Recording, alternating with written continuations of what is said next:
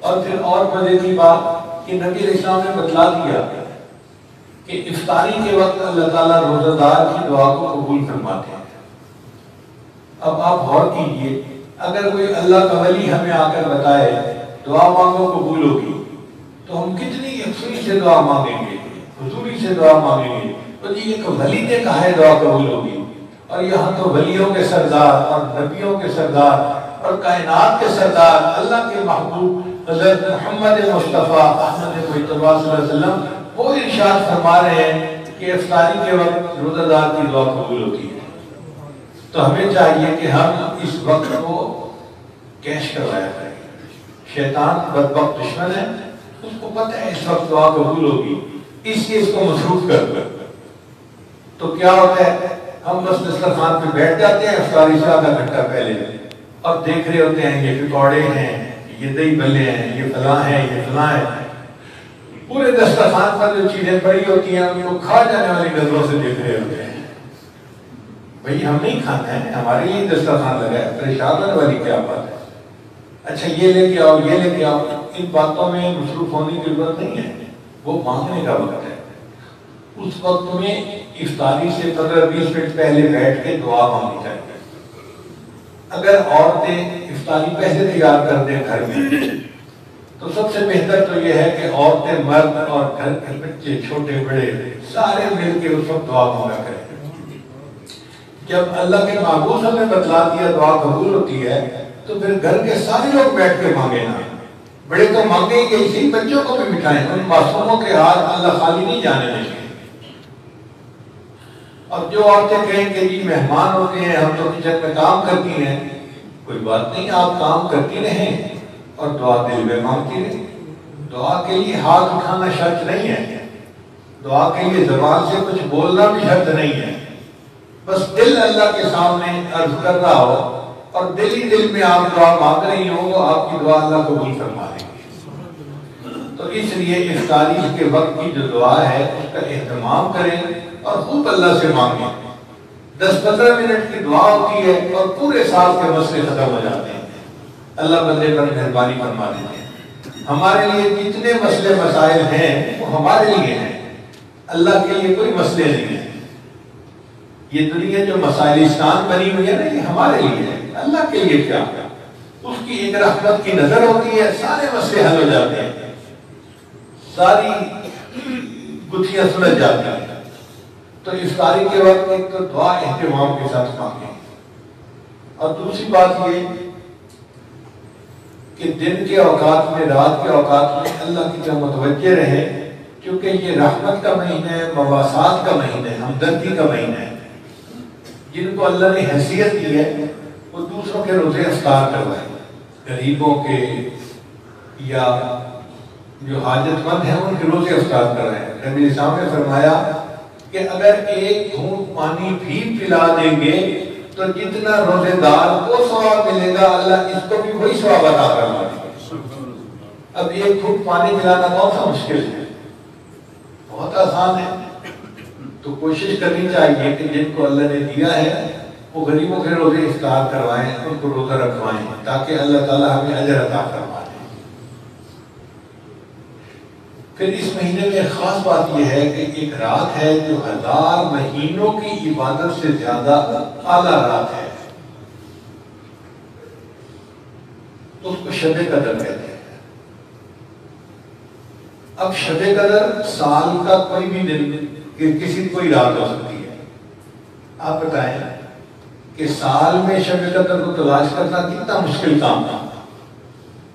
اللہ کے محبوب صلی اللہ علیہ وسلم نے ہمارا کام آسان کر دیا، فرمایا کہ وہ رات رمضان مبارک کی رات ہوتی ہے، تو بھائی 365 راتیں جاگنے کی ضرورت نہیں ہے، 30 راتیں ہی جاگ لو تو یہ کافی ہے۔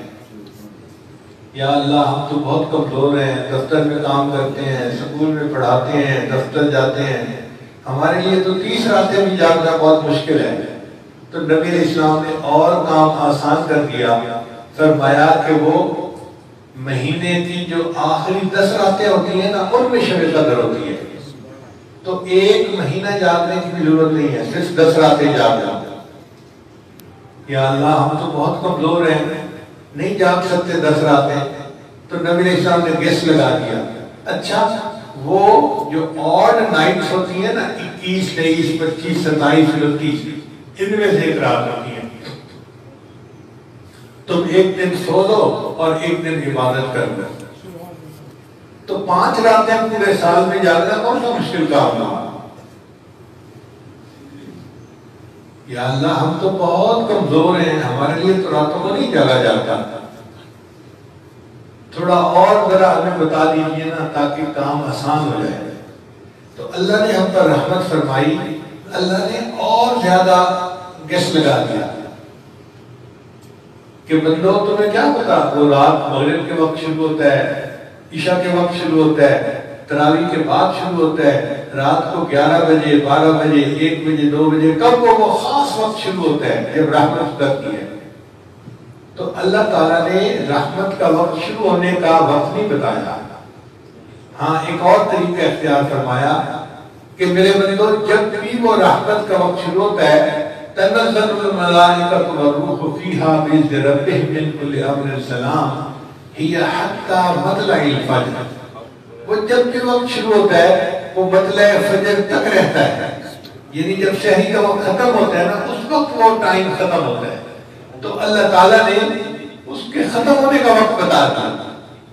اس کا مطلب یہ ہے ہم اگر سحری میں اٹھ جائیں آدھا گھنٹہ پہلے، وائف کو کہیں کہ دسترخوان لگاؤ، اور اس 15 منٹ میں ہم وضو کر کے اگر 2-4 رکعت پڑھ لیں اور مصلی پر دعا مانگ لیں تو سحری سے آدھا گھنٹہ پہلے کی جو مانگی ہوئی دعا ہوگی وہ یقیناً شب قدر کے اندر دعا مانگی بن جائے گی، تو پوری رات جاگنے کی بھی ضرورت نہیں ہے۔ روزہ رکھنے کے لیے تو اٹھنا ہی ہے، تو بس روزہ رکھنے کے لیے وضو کرے اور 2 رکعت پڑھ کے اللہ سے دعا مانگ لیں۔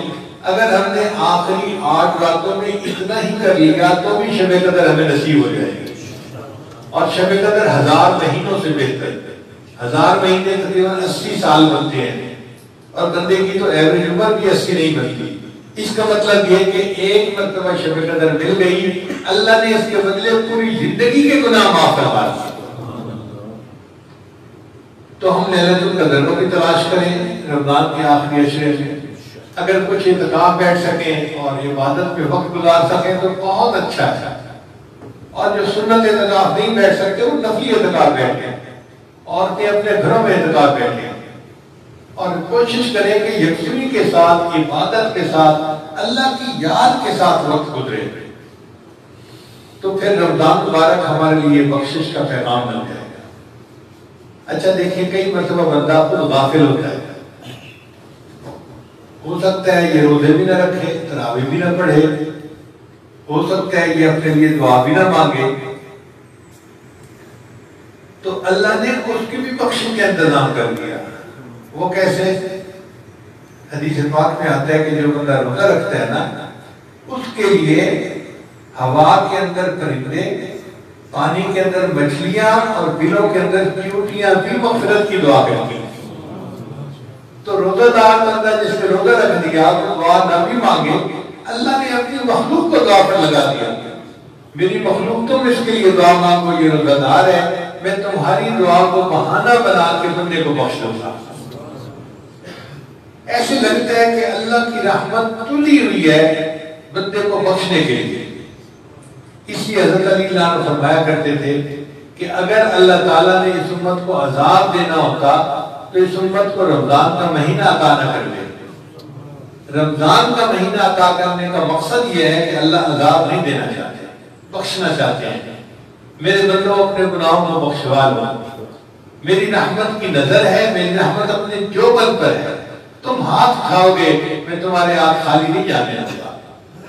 چنانچہ رمضان مبارک میں بندے کا دل صاف ہو جاتا ہے اور اللہ تعالیٰ اس کے گناہوں کو معاف فرما دیتے ہیں۔ اس لیے یہ بخشش کا مہینہ کہلایا گیا، رحمت کا مہینہ کہلایا گیا۔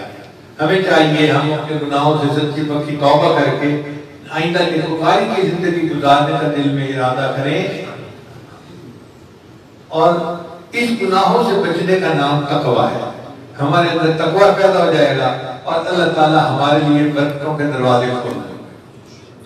اللہ تعالیٰ ارشاد فرماتے ہیں وَلَوْ أَنَّ أَهْلَ الْقُرَىٰ آمَنُوا وَاتَّقَوْا، اگر یہ مسیح دیسوں والے ایمان لاتے اور تقوی کو اختیار کرتے، لَفَتَحْنَا عَلَيْهِمْ بَرَكَاتٍ مِّنَ السَّمَاءِ، ہم ان کے لیے برکتوں کے دروازے آسمان سے کھول دیتے۔ تو اللہ تعالیٰ تو برکتوں کے دروازے کھولنے کے لیے تیار ہے، ہم اپنے اندر تقوی پیدا کر لیں، ہم اللہ تعالیٰ سے مانگ لیں۔ اس لیے نبی علیہ السلام رمضان کا انتظار کرتے تھے، دعا مانگتے تھے، اللہم بارک لنا فی رجب و شعبان وبلغنا رمضان، اللہ ہمارے لیے رجب اور شعبان میں برکت عطا فرما اور ہمیں بخیریت رمضان تک پہنچا۔ یعنی جس مہینے تک پہنچنے کی دعا اللہ کے محبوب فرماتے ہوں گے وہ کتنا مبارک مہینہ ہوگا۔ اور دیکھو اللہ تعالیٰ کی رحمت کہ اللہ نے ہمیں اس مہینے میں پہنچا دیا، رمضان کا مہینہ آیا ہوا ہے۔ تو اللہ نے گویا ایک اور چانس دے دیا گناہوں کو بخشوانے کا، کہ میرے بندوں اتنی زندگی گزر گئی غفلت میں، اب تو آنکھیں کھول لو اور اپنے آپ کو بخشوا کے جنت کے حقدار بن جاؤ۔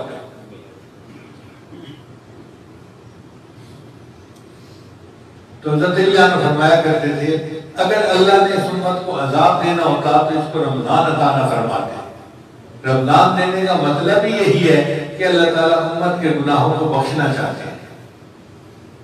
حدیث پاک میں آتا ہے الصیام والقرآن یشفعان، کہ قیامت کے دن قرآن اور روزہ بندے کی شفاعت کرے گا اور اللہ تعالیٰ ان کی شفاعت کی وجہ سے بندے کو جنت عطا فرما دیں گے۔ اس میں ایک مزے کی بات ہے سمجھنے والی، حدیث پاک میں آتا ہے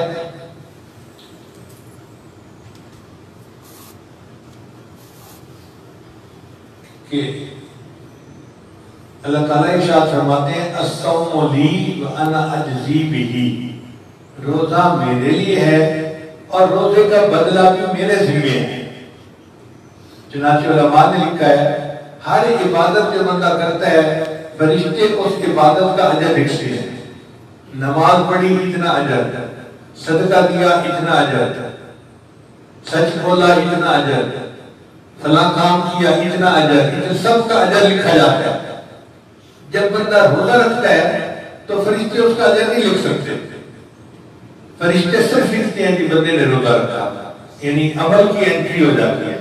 اب اس کا اجر قیامت کے دن اللہ رب العزت دیں گے۔ اللہ فرماتے ہیں چونکہ روزہ میرے لیے تھا لہذا روزے کا بدلہ بھی میں دوں گا۔ محدثین نے لکھا اس میں مومن کے لیے بخشش کی بشارت ہے۔ وہ کیسے کہ بندے کی ساری نیکیوں کو ایک پلڑے میں ڈال دیں گے اور گناہوں کو دوسرے پلڑے میں ڈال دیں گے، گناہ بھاری ہوں گے، نیکیاں ہلکی ہوں گی۔ اب پیچھے صرف روزہ رہ جائے گا اور روزے کا بدلہ کس نے دینا ہوگا؟ اللہ نے۔ اب اللہ کو تو معلوم ہے نا کہ اس بندے کی 500 ملین جو ہے وہ نیکیاں کم ہے اور اس وجہ سے اب یہ جہنم میں جا رہا ہے۔ تو جب اللہ نے بدلہ دینا ہوگا تو اللہ تعالیٰ اس کو اتنا بدلہ دیں گے کہ نیکیوں کا پلڑا جھک جائے گا اور وہ بندہ جنت میں چلا جائے گا۔ اللہ یہ نہیں سنیں گے کسی سے اور جی اجر بھی اللہ نے دیا اور چونکہ تھوڑا دیا اس کے بندہ جنت میں نہیں جا سکتا، یہ تو بخیل کا کام ہوتا ہے، یہ تو کنجوس کا کام ہوتا ہے۔ اللہ تو سخی ہے، وہ تو زیادہ دینے والے ہیں۔ چنانچہ اللہ نے ذمہ لیا اپنے کہ میں بدلہ دوں گا کہ میرے بندے کو جتنی نیکیاں چاہیے ہوں گی میں اتنی نیکیاں اس کو روزے کے بدلے دے دوں گا حتیٰ کہ وہ بندہ جنت میں جانے کے قابل ہو جائے۔ اور بعض مفسرین نے کہا کہ اس کا یہ ترجمہ ہے، اس کے الفاظ یہ ہیں الصوم لی وانا اجزا بہ، روزہ میرے لیے ہے اور اس کا بدلہ بھی میں آپ ہوں، میں بندے کو اپنا وصل عطا کر دیتا ہوں، اپنا مقرر بنا لیتا ہوں، میں بندے کو اپنا بنا لیتا ہوں۔ اگر یہ ترجمہ لے تو یہ پہلے اس سے بھی زیادہ بہتر ہے کہ ایسا بندہ جو روزہ رکھتا ہے وہ اللہ کا مقرر بن جاتا ہے۔ اب یہ اللہ کا قرب حاصل کرنے کا مہینہ ہے، جنت کمانے کا مہینہ ہے۔ اللہ تعالیٰ ہمیں سمجھ دے تاکہ ہم بقیہ دنوں کے اندر خوب اچھی طرح روزہ رکھیں۔ اچھا، روزے کے 2 لیول ہیں۔ ایک لیول تو یہ ہے کہ کھانے پینے سے بندہ بچ جائے، یہ ہے عوام الناس کا روزہ. اور ایک دوسرا لیول ہے کہ بندہ اپنے اعضاء کو گناہوں سے بھی بچائے. روزے کی حالت میں آنکھ غلط نہ دیکھے، زبان سے جھوٹ نہ بولے، ہاتھ سے کسی کو تکلیف نہ پہنچائے. تو اگر ان اعضاء کو گناہوں سے بچا لیا تو یہ روزے کا اونچا درجہ اس کو حاصل ہو گیا. ایک اس سے بھی اونچا درجہ ہے، وہ بہت خاص لوگوں کا روزہ ہوتا ہے. وہ ہوتا ہے کھانے پینے سے بھی پرہیز کرنا، گناہوں سے بھی پرہیز کرنا، اور تیسرا درجہ ہے کہ اپنے دل میں غفلت بھی نہ آنے دینا. پورا دل اپنے دل کو اللہ کی طرف متوجہ رکھنا. تو جس بندے کا دل پورا دن اللہ کی طرف متوجہ رہے گا، اس کا روزہ سب سے اعلیٰ، اور اس کو اللہ تعالیٰ اپنا مقرر بندہ بنا لے گا. اللہ تعالیٰ ہمیں اپنے مقربین میں شامل فرمائے. اسی لیے نبی علیہ السلام نے 3 بددعاؤں پر آمین کہی. آپ دیکھیں ماں جتنی بھی غصے ہو رہا، عام طور پہ دیکھا ہے کہ بچے کو بددعا نہیں دیتی کہ بیٹا تو میرا ہی ہے نا، اور اگر کوئی بددعا دے تو ماں ناراض ہوتی ہے، آمین نہیں کہتے ہیں. اور نبی علیہ السلام تو امت کے اوپر ماں باپ سے بھی زیادہ شفیق تھے. جبریل علیہ السلام نے 3 بددعائیں کی اور نبی علیہ السلام نے اس پر آمین کہتے ہیں. پہلی بددعا یہ کہ برباد ہو جائے وہ شخص جس نے اپنے باپ باپ کو زندگی میں پایا اور ان کی خدمت کر کے اپنے آپ کو نہ بخشوایا. نبی السلام نے فرمایا آمین. دوسری بددعا، برباد ہو جائے وہ شخص جس کے سامنے آپ کا ذکر مبارک ہو اور وہ آپ کا درود شریف نہ پڑھے. نبی السلام نے فرمایا آمین. اور تیسری بددعا کہ برباد ہو جائے وہ شخص جس نے رمضان کا مہینہ پایا اور اپنی بخشش نہ کروائی. نبی علیہ السلام نے فرمایا آمین. اب نبی علیہ السلام نے آمین کیوں کہہ دی؟ کہ رمضان میں بخشش اتنی آسان تھی کہ تھوڑا سا بھی یہ بندہ اگر فکر کر لیتا اس کی بخشش ہو جاتی. جو اتنا تھوڑا سا بھی فکر نہ کرے اور غفلت میں رمضان گزار دے تو نبی علیہ السلام نے فرمایا پھر اس کا برباد ہو جانا ہی بہتر ہے. اس لیے ہمیں چاہیے کہ ہم اللہ سے مغفرت کی دعا مانگیں. رمضان کے بعد کا دن یا تو عید کا دن ہوگا یا پھر وعید کا دن ہوگا. جن کی بخشش ہو گئی ان کے لیے تو ہوگا عید کا دن، خوشی کا دن، اور جن کی بخشش نہ ہوئی ان کے لیے ہوگا وعید کا دن. اللہ تعالیٰ ہمیں وعید سے محفوظ فرمائے اور رمضان کے بعد کے دن کو اللہ ہمارے لیے عید کا دن بنائے. آپ دیکھیں کہ ہر رات میں اربوں خربوں جہنم سے بری ہوتے ہیں. نبی السلام نے فرمایا کہ جب رمضان کی آخری رات آتی ہے نا تو جتنے بندے پہلی رمضان سے لے کے 29 رمضان تک بری ہوئے تھے جہنم سے، ان سب کا ٹوٹل سم جمع کر کے اتنے جہنمی آخری رات میں بری کر لیے جاتے ہیں. کہ ہو سکتا ہے سارا مہینہ یہ غفلت میں رہا ہو، آج تو آخری رات ہے، یہ آخری دن ہے، تو یہ آخری روزے کو رکھ لے. تو غفلت والا بندہ اگر آخری روزے کو رکھ لے گا تو اللہ نے مغفرت ہونے والوں کی تعداد بڑھا دی کہ پہلی رمضان سے لے کر 29 رمضان تک جتنے بخشے جائیں گے ان سب کا ٹوٹل جمع جو ہوگا اتنے لوگ آخری رات میں بھی بخش دیے جائیں گے. پھر کچھ لوگ ہوتے ہیں جو وقت گزرنے کے بعد احساس کرتے ہیں. ہو سکتا ہے کوئی ایسا بھی بندہ ہوتا کہ رمضان گزر جاتا پھر اس کو احساس ہوتا کہ یار میں تو رمضان گزار بیٹھا. تو اللہ نے عید کی رات کو بھی عبادت کی رات بنا دیا. حدیث مبارکہ میں آتا ہے کہ عید کی رات جنت کو دھویا جاتا ہے، خوشبوؤں کی دھنی دی جاتی ہے، اور اللہ تعالیٰ اس رات میں گناہگاروں کی بخشش فرماتے ہیں. اور جب لوگ عید کی نماز پڑھنے کے لیے آتے ہیں اور عید کی نماز پڑھتے ہیں تو اللہ تعالیٰ تو علام الغیوب ہے، وہ فرشتوں سے پوچھتے ہیں میرے بندے اور بندیاں کیوں جمع ہیں؟ فرشتے کہتے ہیں یا اللہ یہ وہ مزدور ہے جو مزدوری کر کے اب آپ سے اس کی تنخواہ لینے کے لیے آئے ہیں، اجرت لینے کے لیے آئے ہیں. اللہ تعالیٰ فرماتے ہیں میرے بندوں کو کہہ دو عبادی و امائی، میرے بندوں اور میری بندیوں، تم نے جو روزے رکھے اور تراویح پڑھی اس کے بدلے میں نے تمہارے سب گناہوں کو معاف کر دیا، مغفور لکم، بخشے بخشائے کھڑے ہو جاؤ، میں نے تمہارے گناہوں کو نیکیوں میں تبدیل کر دیا۔ تو اللہ تعالیٰ جب گناہوں کو نیکیوں میں تبدیل فرما دیتے ہیں، یہ مومن کے لیے خوشی کا وقت ہوتا ہے، اس لیے اس دن کو عید کا دن کہتے ہیں۔ صرف سیویاں کھانے کو عید کا دن نہیں کہتے، وہ جو اللہ کی طرف سے بخشش کا پیغام ملتا ہے وہ مومن کے لیے روحانی خوشی ہوتی ہے کہ آج اللہ نے گناہوں سے پاک صاف کر دیا، آج ہمارے لیے خوشی کا دن ہے۔ اور اللہ نے اس خوشی میں غریبوں کو بھی شریک کر دیا کہ دیکھو عید کا دن ہے، تمہارے بچے اچھے کپڑے پہنیں گے، اچھے کھانے کھائیں گے، بھاگے دوڑیں گے، اور غریبوں کے بچے بیچارے مجبور اور پریشان ہوں گے، تو تم عید کا فطرانہ دو۔ عید کی نماز سے پہلے روزے عید کا فطرانہ ہوتا ہے، وہ ہر بندے کا دینا پڑتا ہے، گھر کے ہر فرد کا، مرد ہو، عورت ہو، چھوٹا بچہ ہو یا بچی ہو، حتیٰ کہ اگر کوئی مہمان آیا ہو تو اس کو بھی دینا پڑتا ہے فطرانہ۔ شریعت نے کہا کہ زیادہ سے زیادہ فطرانہ دو تاکہ غریبوں کے ہاتھ میں کچھ پیسے جائیں، وہ بھی اپنے بچوں کے لیے کھانا بنائیں اور ان کو اچھا کپڑا پہنائیں، وہ بھی تمہاری خوشیوں میں شریک ہو سکے۔ اللہ کتنے کریم ہے، کتنے مہربان ہے۔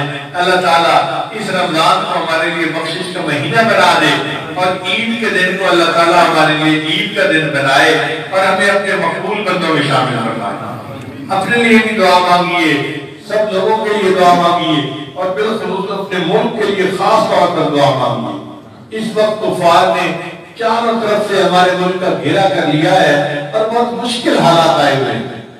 دعا کرنا ہم میں سے ہر بندے کا حق بنتا ہے، ہمیں اللہ نے جو آزادی کی نعمت دی ہم اس کی قدر کریں اور دعا کریں کہ اللہ اس ملک کو دین کا قلعہ بنا دے اور ہمیں یہاں نیکی کی زندگی گزارنے کی توفیق عطا فرما، اور جو اس ملک کے دشمن ہیں اللہ ان کو ہدایت عطا فرما، اور جن کی قسمت میں ہدایت نہیں اللہ ان کو چن چن کے دفع دور فرما۔ یہ آپ نے ہمیں اتنا پیارا ملک دیا ہے، میرے مولا اس ملک کی حفاظت فرما دیجیے اور ہمیں آزادی کی قدر کرنے کی توفیق عطا فرما دیجیے، اور ہم آج مسکینوں کی دعاؤں کو قبول فرما لیجیے۔ وآخر دعوانا ان الحمد للہ۔